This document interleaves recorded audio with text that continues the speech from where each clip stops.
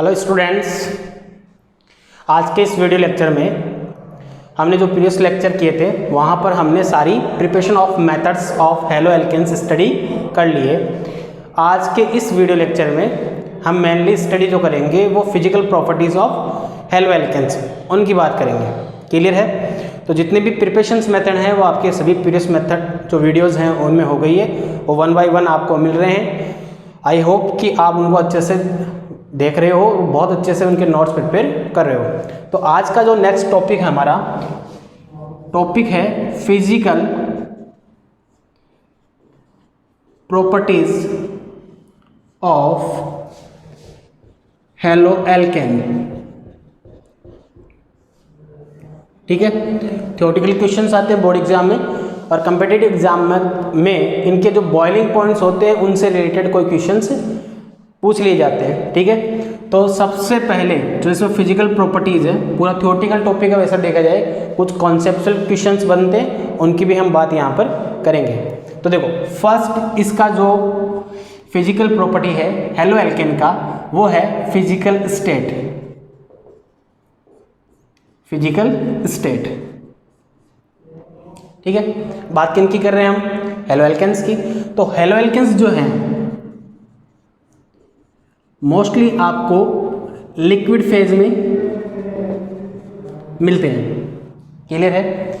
यदि हम बात करें फिजिकल स्टेट नॉर्मली, तो जो स्मॉलर या हम कह सकते हैं लोअर मेंबर्स होते हैं, लोअर मेंबर्स मीन्स क्या है, जैसे chloromethane, bromomethane, CH3 then CH2Cl, chloroethane, ये लोअर मेंबर्स हैं। ठीक है, एट द रूम टेम्परेचर ये गैसेस फॉर्म में होते हैं। At the room temperature these are the gases. Clear? तो इनके लिए थोड़ा सा ध्यान रखना है कि क्लोरोएथेन है, सॉरी क्लोरोमेथेन, ब्रोमोमेथेन या फिर जो आपके पास क्लोरोएथेन है, these are the gases at the room temperature. इसी में एक पॉइंट आता है CFC हमने पढ़ा है। CFC को हम क्या कहते हैं? क्लोरोफ्लोरोकार्बन। उसी का एग्जाम्पल होता है क्लोरोफ्लोरोमीथेन। ये आपको रूम टेम्परेचर पे किस में मिलेगा? गैस में मिलेगा। क्लियर है? तो मोस्टली जितने भी हेलो एल्केन्स होते हैं उनके लोअर मेंबर्स होते हैं वो, यदि हम इनकी क्लोरो, ब्रोमो और इनकी क्लोरोएथेन की बात करें तो एट द रूम टेम्परेचर पे ये आपको किस में मिलेंगे? गैसेज में मिलेंगे। CFC जो क्लोरोफ्लोरोकार्बन होते हैं उसमें एग्जाम्पल है क्लोरोफ्लोरोमीथेन, वो आपको गैसेज में मिलेगी। इसके अलावा यदि हम हायर मेंबर्स की बात करें, हायर मेंबर्स हमें मिलेंगे liquid as well as solid state में।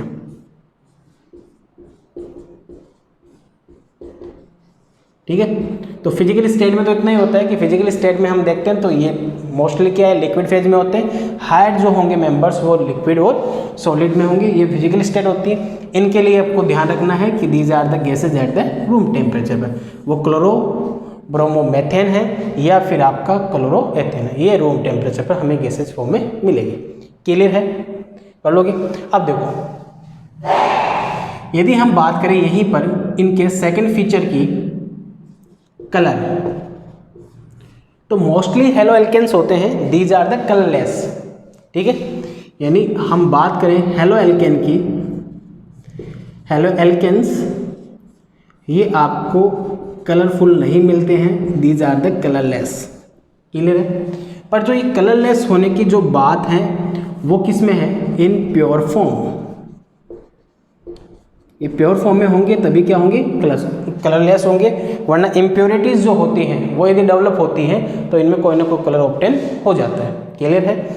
इसके बाद में यदि हम बात करें ब्रोमाइड और आयोडाइड की,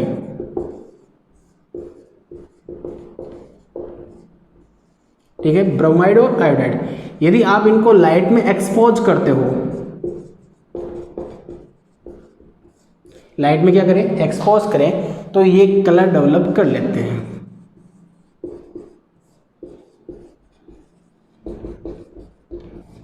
ठीक है।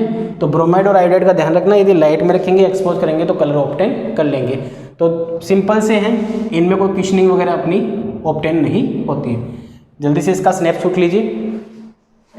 अब देखिए, ये तो सिंपल सी फिजिकल प्रॉपर्टीज़ है जहाँ से क्वेश्चन अराइज होता है इन द बोर्ड एग्जाम्स या कम्पिटिटिव एग्जाम्स में, उसकी बात हम यहाँ पर करते हैं। तो मोस्टली देखिए जो हमारे पास क्वेश्चन आते हैं वो आते हैं बॉइलिंग एंड मेल्टिंग पॉइंट से। हेलो एल्केन्स हैं, उनके बॉइलिंग और मेल्टिंग पॉइंट है, ये काफ़ी अच्छी इनकी फिजिकल प्रॉपर्टीज़ है, वहाँ से क्वेश्चन राइज होते हैं। तो देखिए थर्ड जो अपना आता है melting and boiling point of halo alkanes.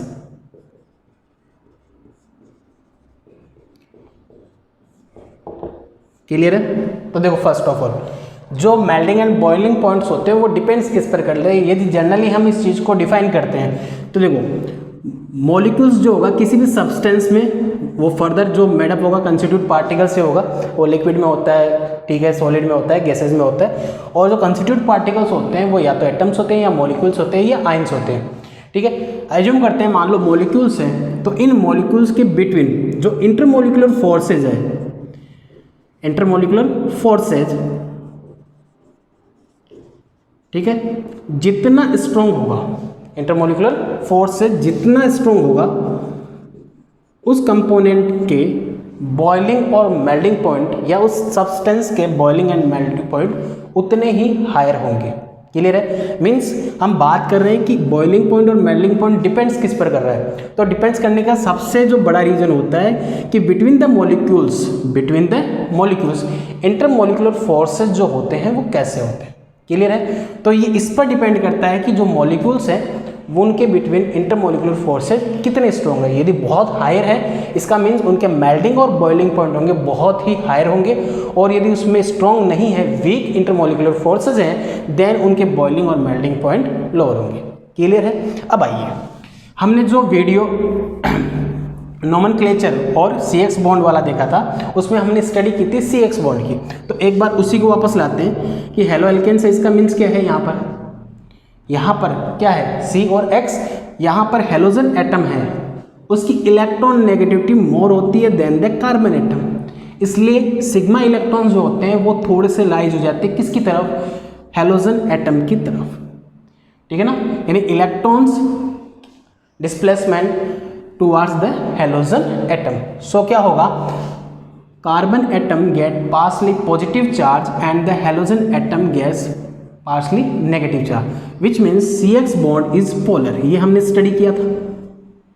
Means क्या कहते हैं कि हेलो एल्केन्स होते हैं, हेलो एल्केन्स में जो मॉलिक्यूल्स हैं उनके बिटवीन या हेलो एल्केन्स की पोलरिटी बहुत ही हाई होती है, क्योंकि यहाँ पर फ्लोरीन, क्लोरीन, ब्रोमीन और आयोडीन जो भी आप हेलो कंपाउंड्स लोग, हेलोजन लोगे, उसके अकॉर्डिंग उसकी पोलरिटी राइज भी होती है और डिक्रीज भी होगी। क्लियर है? तो CX बॉन्ड में नेचर कैसा है, पोलर नेचर है, इसलिए जो हेलो एल्केन्स होते हैं उनमें हम देखें तो इनकी पोलरिटी राइज होती है। क्लियर है? अब मान लो अपने पास मॉलिक्यूल्स हैं, तो एक तो हेलो एल्केन्स ये हैं, हमने इसको ऐसे लिख लिया RH, ठीक है। सेकेंड मॉलिक्यूल है RH एल्किल हैलाइड।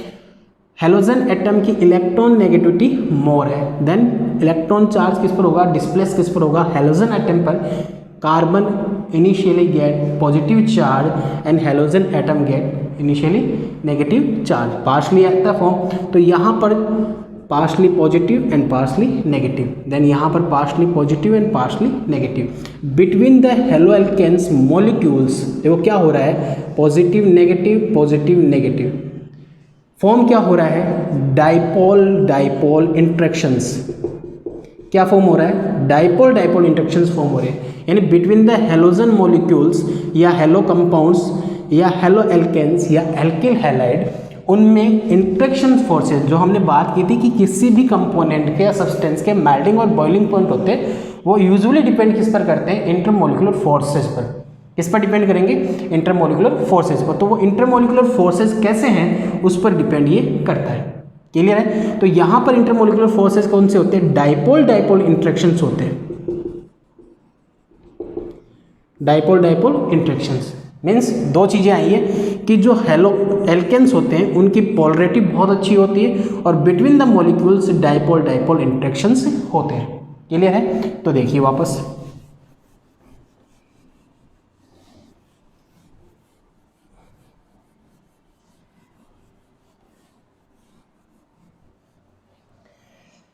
हाँ जी, अब देखो मेल्टिंग पॉइंट है, बॉइलिंग पॉइंट डिपेंड्स किस पर कर रहे हैं, इंटरमोलिकुलर फोर्सेज पर। क्लियर है? पोलरिटी इनकी हाई होती है। Between the halo alkanes molecule में जो इंटरेक्शंस फॉर्म हो रहे हैं वो क्या है, डाइपोल डाइपोल इंटरेक्शन। ये हमने स्टडी कर लिया। अब देखिए हमारे पास मॉलिक्यूल्स ऑफ क्या है, halo alkanes, molecules of halo alkanes. Between the halo alkanes molecule में क्या हो रहा है, एक तो इनकी पोलरिटी बहुत हाई होती है, पोलरिटी हाई, और then intermolecular forces are very strong. ठीक है ना? कैसे होंगे, स्ट्रॉन्ग। और बिटवीन द हम कहें तो हम क्या कह सकते हैं, डाइपोल इंटरेक्शंस। क्लियर है? Van der Waals forces. Clear है? अब इससे क्या होगा, जो मेल्टिंग और बॉइलिंग पॉइंट होंगे वो भी इनके हायर होंगे। क्लियर है? तो इससे क्या समझना है कि देखो आपके पास जो है वो है पेरेंट हाइड्रोकार्बन। समझना क्वेश्चन कैसे राइज होगा, यहाँ से कोई भी पेरेंट हाइड्रोकार्बन है उसका हाइड्रोजन रिप्लेस होगा, देन उससे क्या बनेगा, derivative of halogen compound which known as the halo alkane. Clear है? अब जो पेरेंट हाइड्रोकार्बन होगा इसमें इंटरमोलिकुलर फोर्सेज जो अप्लाइड होते हैं, these are the van der वाल फोर्सेज। क्लियर है?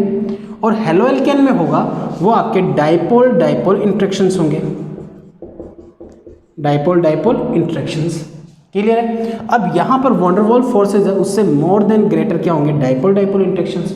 तो बॉन्डिंग जो बनेगी हेलो एल्केन्स के मॉलिक्यूल के बिटवीन्स वो बहुत ही स्ट्रॉन्ग होगी एज कंपेयर देन किससे, पेरेंट हाइड्रोकार्बन से। लेकिन उसका मीनिंग समझना है हमें कि पेरेंट हाइड्रोकार्बन में जब आप कंपैरिजन कर रहे हो तो हेलो एल्केन का मॉलिक्यूलर मास और पेरेंट हाइड्रोकार्बन का मॉलिक्यूलर मास लगभग कंपेरेबल होना चाहिए।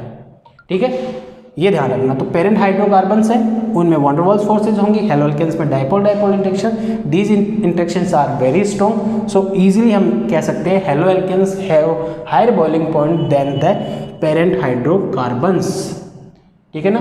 वो भी कैसे होना चाहिए, as comparable molecular mass, as comparable molecular mass. यदि ऐसा रखते हैं parent hydrocarbon then the halo alkanes क्या होंगे, मोर हाई बॉइलिंग पॉइंट और मेल्टिंग पॉइंट वाले होंगे। क्लियर है? तो हम सिंपली ये कह सकते हैं तो मॉलिक्यूल्स हैं हेलो एल्केन्स के, उनके बिटवीन पोलरिटी क्या होगी, हाई होगी, इंटरमॉलिक्यूलर फोर्सेज स्ट्रॉन्ग होंगे, देन ये। क्लियर है? तो इस चीज़ का ध्यान रखिए। क्लियर है? स्नैपशॉट लीजिए इसका। अब देखिए अब यहाँ पर कैसे स्टडी करते हैं, जो मोस्टली 3 टाइप्स की होती है कि हेलो एल्केन्स में एज कंपैरिजन क्वेश्चन कैसे पूछा जाएगा और एज ए थ्योरेटिकल क्वेश्चन कैसे राइज होता है। ठीक है, बहुत अच्छे क्वेश्चंस बनते हैं। सिंपली हमने क्या कहा कि पेरेंट कार्बन हाइड्रोकार्बन है, एज कंपेरेबल मॉलिक्यूलर मास है, देन वहाँ पर हेलो एल्केन जो होंगे उनके हायर बॉइलिंग और मेल्टिंग पॉइंट होंगे। कैसे, CH3 then CH2 then CH3, ये है hydrocarbon, CH3 then CH2 then CH2 then Cl। Clear है? तो देखो एज कंपेयर प्रोपेन, ये क्या है, क्लोरोप्रोपेन। दोनों में स्टडी करते हैं हम, तो हम देखें तो यहाँ पर केवल जो इंटरमोलिक्यूलर फोर्सेज जो लगते हैं between the molecules of hydrocarbon वो कैसे होते हैं, यहाँ पर जो लग रहे हैं वह है वैन डर वाल्स फोर्सेज, और यहाँ पर जो फोर्सेज इंटरमोलिक्यूलर ऑब्टेन होते हैं, अप्लाइड होते हैं, वो होते हैं डाइपोल डाइपोल इंटरेक्शंस। तो बिटवीन द मॉलिक्यूल्स, यानी ऐसे ही मॉलिक्यूल सेम यहाँ पर बात करें तो उसमें डाइपोल डाइपोल इंटरेक्शन होगा, और सेम यहाँ पर मॉलिक्यूल की बात करें तो वहाँ पर van der Waals forces applied होंगे। तो ये स्ट्रॉन्ग बॉन्ड हो गई। तो दीज कंपाउंड्स जो होते हैं इसीलिए क्या करते हैं, हायर मेल्टिंग और बॉइलिंग पॉइंट रखते हैं देन पेरेंट हाइड्रोकार्बन से। क्लियर है। अब देखो केस स्टडी फर्स्ट देखते हैं, ये थ्योरेटिकल क्वेश्चन आता है। जैसे क्वेश्चन ऐसे देता है कि 1 chlorobutane have higher boiling point than butane. Clear है। अब केस फर्स्ट है यहाँ पर, केस फर्स्ट में क्या देखते हैं कि मान लो एल्किल ग्रुप क्या हो, सेम हो, एल्किल ग्रुप क्या हो, सेम हो, तो जो इनके मेल्टिंग और बॉइलिंग पॉइंट का जो ऑर्डर होगा वो कैसा होगा, तो हम बताते हैं RI then RBr then RCl। Clear है, ये ऑर्डर होगा। ठीक है। अब कैसे हुआ, तो देखो एल्किल ग्रुप तो सेम है लेकिन हेलोजन एटम क्या है, डिफरेंट है। अब हेलोजन एटम को हम पढ़ते हैं ग्रुप 17 में, हम क्या कहते हैं, अप टू डाउन जाने पर एटॉमिक साइज इंक्रीज होती है। तो एटॉमिक साइज के साथ एटॉमिक वेट भी इंक्रीज होता है, और एटॉमिक वेट जब भी इंक्रीज होगा ना तो always von der Waal forces वो क्या होंगी, वो भी राइज होंगे, और वॉन डेर वाल फोर्सेज जब राइज होती है तो वो मेल्टिंग और बॉइलिंग पॉइंट को बढ़ाती है। क्लियर है। तो यहाँ पर एल्किल ग्रुप सेम है पर between the halogen atoms different है। यहाँ पर आयोडो है, यहाँ पर ब्रोमो और यहाँ पर क्लोरो है। तो उससे होगा क्या यहाँ पर कि जो आयोडो एल्केन है, ब्रोमो एल्केन है और क्लोरो एल्केन है, उनमें जो वॉन डेर वाल फोर्सेज होते हैं उनका मैग्नीट्यूड होता है ना, वो डिफरेंट हो जाता है। यानी क्लोरो एल्केन में जो मैग्नीट्यूड होगा वो लेसर होगा देन किससे, आयोडो एल्केन। तो इनके हायर बॉइलिंग पॉइंट होंगे देन किससे, क्लोरो एल्केन से। अब आपको इसी तरीके के एग्जाम्पल दे देता है और ऑर्डर डिसाइड करवाता है। जैसे क्वेश्चन देखें यहाँ पर आपके पास है CH3 देन CH2Cl, यहाँ पर क्वेश्चन हो गया CH3 CH2Br then CH3 CH2I, ये ऑर्डर दे दिया। क्लियर है। अब इनको डिक्रीजिंग या इंक्रीजिंग ऑर्डर में वो अगले का टर्म है वो कैसे अरेंज करवाएगा, तो यहाँ पर देखो आयोडो है, ब्रोमो है और क्लोरो, अप टू डाउन आओगे क्या हो, एटॉमिक साइज इंक्रीज होगा, एटॉमिक वेट इंक्रीज होगा, simply van der Waals forces भी क्या होंगे, इंक्रीज होंगे, और वो इंक्रीज होंगे तो क्या होगा, मेल्टिंग एंड बॉइलिंग पॉइंट क्या होगा, हायर होगा। तो जो ऑर्डर रहेगा वो क्या आएगा आपका, ये। क्लियर है। एक तो केस स्टडी ये फर्स्ट ये है। क्लियर है। एक केस स्टडी सेकेंड देखते हैं। केस स्टडी सेकंड में क्या है कि एल्किल ग्रुप तो डिफरेंट हो पर जो हेलोजन एटम है वो क्या हो, सेम हो। मीन्स क्या है यहाँ पर कि आपके पास एग्जाम्पल इस तरीके से हो, CH3 then CH2 CH3Cl, B CH3 then CH2Cl, C CH3CH2 then CH2 then Cl, and D बना देते हैं CH3 then CH2 then CH2 then CH2Cl। Clear है। ये इस तरीके की केस स्टडी आपके पास है। ठीक है। तो देखो यहाँ पर जो हेलोजन एटम है वो तो सब में क्या है, सेम है, और बिटवीन द सीरीज देखें अपन, जो कार्बन चेन सीरीज है उसमें 1 कार्बन एटम और 2 हाइड्रोजन एटम राइज हो रहे हैं। मतलब जो इनका मॉलिक्यूलर वेट है वो इससे और इसमें देखें तो डिफरेंस करेंगे तो 14 जो मॉलिक्यूलर वेट होगा वो आपका डिफरेंट होगा। क्लियर है। तो यहाँ पर 14 डिफरेंट आ गया मॉलिक्यूलर वेट। इसका मीन्स क्या हो रहा है, धीरे धीरे मॉलिक्यूलर वेट राइज हो रहा है, और मॉलिक्यूलर वेट जब भी राइज होगा तो वॉन डेर वाल्स फोर्सेज जो होंगे वो आपके बढ़ेंगे। ठीक है, वो राइज होंगे। वो राइज होने पर क्या होगा, आपका जो पॉइंट है मेल्टिंग एंड बॉइलिंग पॉइंट वो भी क्या होगा, राइज होगा। तो इसका ऑर्डर जब डिसाइड करेंगे देन डी का सबसे हायर बॉइलिंग पॉइंट होगा, देन उसके बाद में सी, देन यहाँ पर बी, देन यहाँ पर ए। क्लियर है। एक केस स्टडी ही आती है। ठीक है। थर्ड जो केस स्टडी आती है वो किस तरीके की आती है वो देखते हैं।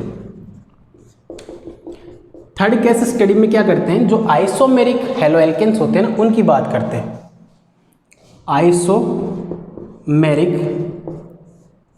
Isomeric haloalkane.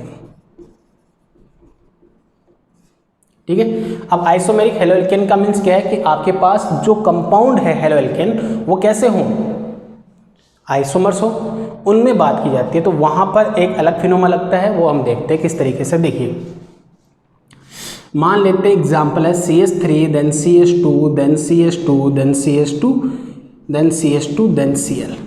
क्लियर है। अगेन हम यदि यहाँ पर बनाते हैं इसका आइसोमर फॉर्म कर रहे हैं तो CH2 then CH then CH3 then CH2 CH3। Clear है। अगेन इसका एग्जाम्पल बनाते हैं तो हम क्या बना सकते हैं, CH3 then CH3 then CH3 then CH2 Cl। इस तरीके से बना दिए। क्लियर है। हाँ जी। तो ये दीज आर द क्या है, आइसोमर्स है। अब इन आइसोमर्स की हम जब बात कर रहे हैं तो देखो फिनोमिना में हो रहा क्या है कि आप ए से बी और सी तक आते हो ना, तो यहाँ पर ब्रांचिंग राइज होती है, यानी कार्बन चेन जो होगी उसमें क्या होगा, ब्रांचिंग इंक्रीज होगी। क्लियर है? जब ब्रांचिंग इंक्रीज होगी तो जो भी सरफेस एरिया होगा, सरफेस एरिया वो डिक्रीज हो जाएगा, और सरफेस एरिया जब डिक्रीज होता है तो magnitude of van der Waals forces होते हैं ना, magnitude of van der Waals forces वो क्या होते हैं, डिक्रीज होते हैं। मीन्स क्या है, ब्रांचिंग हो रही है तो ब्रांचिंग यहाँ पर क्या हो रही है, इंक्रीज हो रही है, देन सरफेस एरिया डिक्रीज हो रहा है तो magnitude of van der Waals forces क्या हो रहा है, डिक्रीज हो रहा है। और इस कंडीशन में जो बॉइलिंग एंड मेल्टिंग पॉइंट होते हैं वो भी डिक्रीज होते हैं। बॉइलिंग एंड मेल्टिंग पॉइंट क्या होंगे, वो डिक्रीज होंगे। तो जब भी कभी आइसोमेरिक हेलोएल्केन का एग्जाम्पल आए तो इस बात को ध्यान में रखना है कि आइसोमेरिक हेलोएल्केन्स में किस तरीके से होगा। और कहीं भी ये कंडीशन देखते हो तो ऑलवेज ध्यान रखो, यदि कार्बन चेन है उसमें सरफेस एरिया धीरे धीरे क्या हो रहा है, डिक्रीज हो रहा है, तो जो मैग्नीट्यूड होगा इंटरमोलिकुलर फोर्सेज का वो भी क्या होगा, डिक्रीज होगा। और जो बॉइलिंग और मेल्टिंग पॉइंट्स होते हैं वो डिपेंड्स ही इस चीज़ पर करते हैं कि जो इंटरमोलिकुलर फोर्सेज अप्लाइड कर रहे हो आप वो कैसा है। तो इंटरमोलिकुलर फोर्सेज ही यदि डिक्रीज हो गया तो बॉइलिंग पॉइंट और मेल्टिंग पॉइंट में भी डिक्रीजिंग आ जाएगी। क्लियर है? हाँ जी, स्नैपशॉट लीजिए इसका। अब देखिए, अब इसमें एक केस जो और बनता है वो पॉलीहेलो का जो हेलो कंपाउंड्स हैं उनके लिए भी हम पढ़ लेते हैं। केस 4 क्या होगा यहाँ पर, केस 4 देखो एग्जाम्पल मान लो आपको ऐसे मिले CH3 देन Cl, सेकंड आपको मिले डाइक्लोरोमेथेन, थर्ड आपको मिले क्लोरोफेम या ट्राइक्लोरोमेथेन, और डी आपको मिले CCl4। इस कंडीशन में क्या होगा, तो आप ये देखिए कि यहाँ पर number of halogen atoms increase हो रहे हैं। तो जब कभी भी हेलोजन एटम इंक्रीज होते हैं, number of halogen atoms increases, तो देखो उससे फर्क क्या हुआ, पोलैरिटी इंक्रीज हो गई। ठीक है ना? जो मैग्नीट्यूड ऑफ इंटरमोलिकुलर फोर्सेज है वो भी राइज हो गया। मीन्स जो उनके between magnitude of intermolecular forces applied था, ठीक है, वो भी राइज हो गया। और वो राइज होने से क्या होगा, boiling point and melting point also increases. तो ये क्या होंगे, वापस क्या हो जाएंगे, राइज हो जाएंगे। कब, जब हेलोजन एटम्स क्या हो रहे हो, राइज, तो मैग्नीट्यूड ऑफ इंटरमोलिकुलर फोर्सेज भी क्या होगा, राइज होगा। उससे बॉइलिंग और मेल्टिंग पॉइंट होंगे वो क्या हो जाएंगे, आपके हायर हो जाएंगे। ठीक है, ऑर्डर यहाँ डिसाइड करना है। तो डी का मोलिकुलर जो देखा जाए इंटरमोलिकुलर जो इंटरेक्शन फोर्सेज हैं वो बहुत ही स्ट्रांग होंगे, देन सी, देन बी, देन ए। ठीक है, तो ये 4 केस स्टडी हैं। इनमें से आपके पास क्या आ सकता है, कोई भी एल्केन्स जो पेरेंट हाइड्रोकार्बन है वो ले सकता है, या सिंपली आपको हेलोएल्केन्स दे सकता है। इनमें कंपैरिजन करवा सकता है, ऑर्डर डिसाइड करवा सकता है, और देन यदि आपको थ्योरेटिकली क्वेश्चन एडमिट करना हो तो वो पेरेंट कार्बन पर ही देगा। जो पेरेंट हाइड्रोकार्बन है, जैसे butane have lower boiling point than chlorobutane. Clear है? इस तरीके के क्वेश्चन यहाँ से बनती है। तो ये आपका जो थर्ड फिजिकल प्रॉपर्टीज है वो कंप्लीट है। क्लियर है? अगेन देखिए यहाँ पर जो क्वेश्चन आता है वो अगला आता है सोल्युबिलिटी का। बहुत अच्छा क्वेश्चन बनता है। ठीक है, और ये अपने को समझना ज़रूरी होता है कि सोल्युबिलिटी या सॉल्वेंट में किस तरीके से डिजोल्व होगा, या फिर वो पार्शली मिसलेनियस होता है, या फिर कंप्लीटली सोल्यूबल होगा इन सॉल्वेंट। तो उस चीज़ की बात हम यहाँ पर करते हैं। क्लियर है? तो देखिए अगला 4th जो आता है फिजिकल प्रॉपर्टीज में है वो है सोल्युबिलिटी। क्लियर है? तो देखो सोल्युबिलिटी में क्या है, मीन्स क्या है कि हम क्या करते हैं, नेचर ऑफ जब CX बॉन्ड पढ़ते हैं तो वहीं से डिसाइड कर देते हैं कि जो RX होगा ना, एल्किल हैलाइड या फिर हेलो एल्केन, उसका जो CX बॉन्ड होता है उसकी नेचर कैसे होती है, पोलर। तो एक तरीके से ये कैसे है, हेलो एल्केन्स होते हैं, these are the polar solvent. Clear है? अब देखो पोलर सॉल्वेंट तो हैं पर ये क्या होते हैं, लेस सोल्यूबल होते हैं इन वाटर, यानी हम कह सकते हैं slightly soluble, slightly soluble in H2O, ठीक है, स्लाइटली सोल्यूबल होते हैं। अब देखो एज कंपैरिजन कैसे समझे, केवल डायग्राम से देखो क्या है, RX देन RX, ये मॉलिक्यूल्स है, तो ये मॉलिक्यूल्स होंगे बहुत सारे ऐसे, हमने वहाँ पर पढ़ा कि positive then negative, positive then negative, means क्या है, बिटवीन द मॉलिक्यूल्स क्या फॉर्म हो रहा है, डाइपोल डाइपोल इंटरेक्शंस फॉर्म हो रहे हैं, क्लियर है। ऐसे ही हमारे पास जो यूनिवर्सल सॉल्वेंट है वो क्या है, H2O, H2O में भी क्या होता है, इंटरमोलिकुलर फोर्सेस तो होते ही हैं मॉलिक्यूल्स के बिटवीन, यहाँ से क्या बनती है, H bonding, intermolecular H bonding बनती है, क्लियर है। तो यहाँ जो है H2 मॉलिक्यूल और यहाँ जो H2 मॉलिक्यूल है, यहाँ तो अप्लाइड हो रहा है डाइपोल डाइपोल इंटरेक्शंस, ठीक है, और यहाँ अप्लाइड हो रहा है आपका intermolecular H bonding, intermolecular H bonding, clear है। अब दोनों में क्या डिफाइन करना है, जब भी कभी हम RX यानी हेलो एल्केन्स को वाटर में सोल्यूबल करवाएंगे तो फॉर्मेशन कैसी होती है, ये जो RX होता है ना, ये बॉन्डिंग फॉर्मेशन शो करता है किसके साथ, वाटर के साथ, ठीक है। देन यहाँ पर वाटर मॉलिक्यूल होंगे, ये अगेन किसके साथ अटैच होंगे, वाटर मॉलिक्यूल के साथ। ऐसे यहाँ से कोई हेलोजन एटम होगा वो इसके साथ इंटरेक्शन शो करेगा। जब यहाँ पर बॉन्ड फॉर्मेशन होती है, सुनना इसको अच्छे से, कि between the molecule of halo alkane and water molecules जब इंटरेक्शंस फॉर्म होते हैं तो यहाँ से क्या होगा, एक तरीके से बॉन्ड फॉर्मेशन हो रही है, तो यहाँ से एनर्जी रिलीज होगी, यहाँ से क्या होगा, एनर्जी रिलीज होगी, क्लियर है। अब जब यहाँ से एनर्जी रिलीज हो रही है, ठीक है, तो वैसे ही यहाँ से भी क्या होगी, एनर्जी रिलीज होगी, ठीक है, ये एनर्जी रिलीज हो गई। अब देखो यहाँ पर कि जब हेलो एल्केन्स है और वाटर मॉलिक्यूल्स है, उनके बिटवीन क्या हो रहा है, जब बॉन्ड फॉर्मेशन हो रही है तो वहाँ से एनर्जी क्या हो रही है, रिलीज हो रही है। और ऐसे ही क्या है कि जब यहाँ दोनों हाइड्रोजन बॉन्डेड है इंटरमोलिकुलर H बॉन्डिंग को, इस बॉन्ड को ब्रेक करना होगा, बॉन्ड ब्रेक होगा तो हमें पता एनर्जी रिक्वायर्ड होती है। सिंपल सी थिंग हम पढ़ते हैं केमिस्ट्री में, जब भी बॉन्ड फॉर्मेशन होगी तो एनर्जी क्या होगी, रिलीज होगी, मतलब मोर स्टेबिलिटी की तरफ जाएगा तो क्या करेगा, रिलीज करेगा एनर्जी को। और यहाँ पर जो बॉन्ड फॉर्मेशन है intermolecular bond formation H bonding की, उसको आपको ब्रेक करना है तो एनर्जी क्या होगी, आपको रिक्वायर्ड होगी। इस कंडीशन में क्या होगा, यहाँ से जो एनर्जी रिक्वायर्ड रिलीज होती है वो लेस अमाउंट होती है जो होगी यहाँ से एनर्जी रिलीज, यानी जब ये इंटरेक्शन शो करेंगे, बॉन्ड फॉर्मेशन हो रही होगी तो लेस अमाउंट एनर्जी रिलीज होती है। और इस बॉन्ड को ब्रेक करने के लिए higher amount of energy required होती है, क्या होगी, higher amount of energy required होगी। तो ये बॉन्ड ब्रेक नहीं होंगे, तो ये सिर्फ पार्शली इंटरेक्शन शो करेंगे, इसीलिए हेलो एल्केन क्या होगा, स्लाइटली सोल्यूबल होगा इन वाटर, ठीक है, ये ध्यान रखना।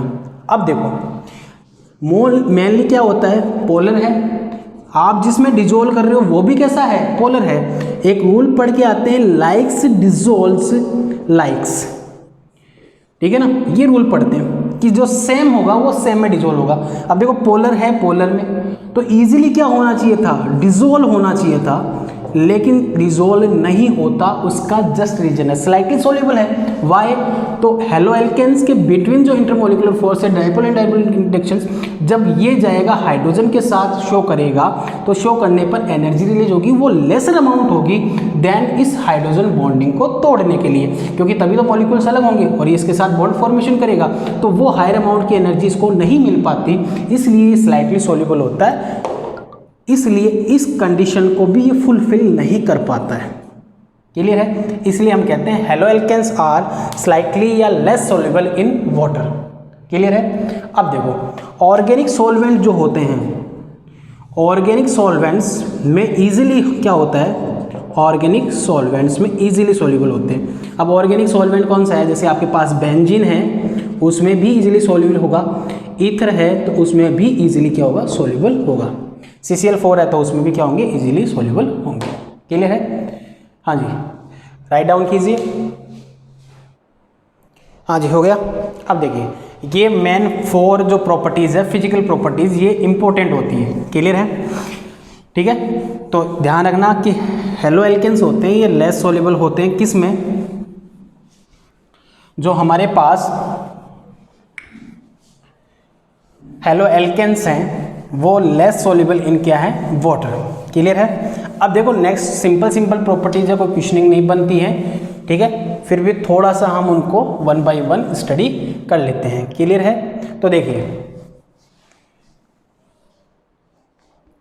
ठीक है, फर्स्ट ऑफ ऑल देखिए यहाँ पर हम अगली जो आती है वो आती है डेंसिटी। ठीक है, मोस्टली सिंपली देखा जाए ना तो फ्लोरो और क्लोरो कंपाउंड्स जो होते हैं, यानी derivatives of fluoro alkane and chloro alkanes जो होते हैं वो लेस डेंसियर होते हैं देन H2O। मीन्स क्या होता है, लाइटर होते हैं किससे, वाटर से भी एज कंपेयर देखा जाए तो।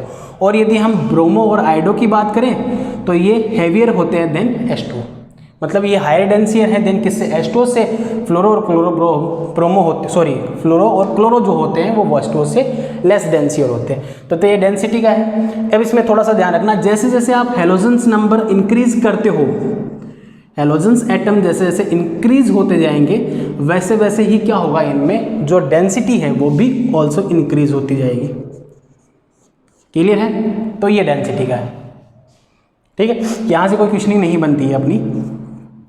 अगेन देखिए कुछ सिंपल सी बात और है, वो कैसी है, इनफ्लेमेबिलिटी। इनफ्लेमेबिलिटी क्या होती है, तो देखो नॉर्मली हम क्या कहते हैं, जो हेलो एल्केन्स होते हैं वो ऑलवेज यदि आप देखो तो क्या है, हाइड्रोकार्बन्स जो होते हैं उन्हीं के तो डेरिवेटिव्स हैं, हाइड्रोकार्बन्स के क्या हैं, डेरिवेटिव्स हैं। क्लियर है? अब हाइड्रोकार्बन्स हमें पता है फ्लेमेबल होते हैं, फ्लेमेबल होता है, तो क्या ये हेलो एल्केन्स भी फ्लेमेबल होते हैं? तो हम ये कह सकते हैं जितने हाइड्रोकार्बन्स फ्लेमेबल होते हैं उतने हेलो एल्केन्स फ्लेमेबल नहीं होते, बहुत ही लेस क्या होते हैं, फ्लेमेबल होते हैं। क्लियर है? इनमें जैसे जैसे number of halogens atom increase होगा, number of halogen atoms increase होंगे वैसे वैसे ही इनकी जो इनफ्लेमेबिलिटी है वो इंक्रीज होगी। क्लियर है? इसीलिए CCl4 होता है, क्या कहते हैं इसे, कार्बन टेट्राक्लोराइड। जो पॉलीहेलोजेंस हैं उनमें देखा जाए तो कार्बन टेट्राक्लोराइड है। इसको हम फायर एक्सटिंग्विशर के फॉर्म में हम क्या करते हैं, यूज करते हैं। क्लियर है? इसीलिए इसको एज ए पायरीन यूज किया जाता है। नेम क्या होता है इसका, कॉमर्शियल नेम क्या होता है, कार्बन टेट्राक्लोराइड का पायरीन, जो फायर एक्सटिंग्विशर के रूप में फॉर्म में आता है काम में। क्लियर है? तो जैसे नंबर ऑफ कार्बन एटम जैसे नंबर ऑफ हेलोजेंस एटम क्या होगा, इंक्रीज होगा, वैसे वैसे जितने भी हेलोजन एटम्स इंक्रीज होते जाएंगे इनकी इनफ्लेमेबिलिटी क्या होगी, राइज होती चली जाएगी। ये किया आता है। ठीक है? एक यदि हम नेक्स्ट टॉपिक की बात करें यहाँ पर तो एक सिंपल सा आता है स्टेबिलिटी। ये आप कहाँ से निकाल सकते हो, नेचर ऑफ कार्बन जो हमने देखा था CX बॉन्ड, वहाँ से आ जाता है। ठीक है? तो देखो जो स्टेबिलिटी ऑर्डर होता है वो मोस्टली इसी पर बेस होता है, इलेक्ट्रोनेगेटिविटी पर, और जो पोलरिटी होती है उसी पर। ठीक है? तो ये इसका स्टेबिलिटी ऑर्डर है कि कार्बन और फ्लोरो कंपाउंड होगा उसका जो बॉन्ड स्ट्रेंथ होगा वो काफ़ी मजबूत होगा।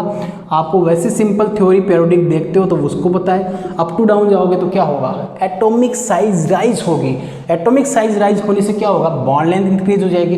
तो बॉन्ड लेंथ इंक्रीज होगी तो क्या होगा, डिकम्पोजिशन है वो ईजी वे में हो जाएगा। तो कई बार ये पूछ लेते हैं कि आप RI यानी एल्किल आयोडाइड जो होता है ना, उसको हम यदि सनलाइट में रख दें तो क्या होगा, तो सनलाइट में होने पर क्या होगा, ये डिकम्पोज होकर एल्केन और आयोडीन देगा। आयोडीन देगा तो कलर कैसा हो जाएगा, वॉयलेट कलर हो जाएगा, वॉयलेट या ब्राउन कलर हो जाता है। तो इसकी स्टेबिलिटी क्या होती है, तो स्टेबिलिटी इसी ऑर्डर में होती है। जैसे जैसे आप नीचे की तरफ आओगे फ्लोरो, क्लोरो, ब्रोमो और आइडो, ये तब देखते हैं जब सेम एल्किल ग्रुप हो, ये भी ध्यान रखना। कब देखते हैं, सेम एल्किल ग्रुप हो तभी देखते हैं इसको।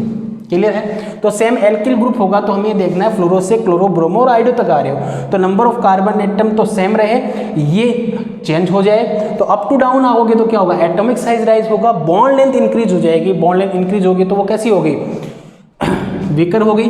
तो इजीली क्या होगा, यहाँ पर ये जो CI है यानी आयोडाइड के एल्केन्स हैं या आयोडो एल्केन्स है वो डिकम्पोज हो जाएंगे इजीली और वॉयलेट कलर के हो जाते हैं। तो कई बार ये थ्योरेटिकल क्वेश्चंस में आ जाता है कि जब आप एल्किल आयोडाइड को एक्सपोज करते हो इन सनलाइट तो वो वॉयलेट कलर का राइज हो जाता है। और ये हमने स्टार्टिंग में भी पढ़ा था कि क्लोरोफ्लोरो जो कंपाउंड्स होते हैं वो क्या से होते हैं, कलरलेस होते हैं, लेकिन Br और I जो होते हैं वो एक्सपोज होकर लाइट में कलर शो करते हैं, उनका रीजन ये है।